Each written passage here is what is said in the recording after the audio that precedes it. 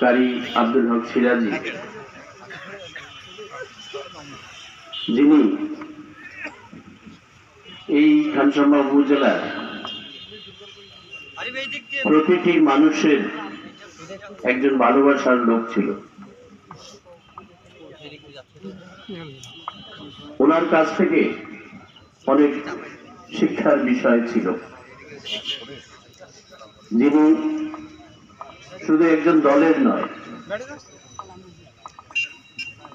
কোন গোষ্ঠীর নয়, তিনি মানবতার জন্য কাজ করে গেছেন। এবং তিনি শিক্ষক ছিলেন, দীর্ঘদিন শিক্ষকতা করেছেন, পাশাপাশি ইউনিয়ন পরিষদের চেয়ারম্যান ছিলেন।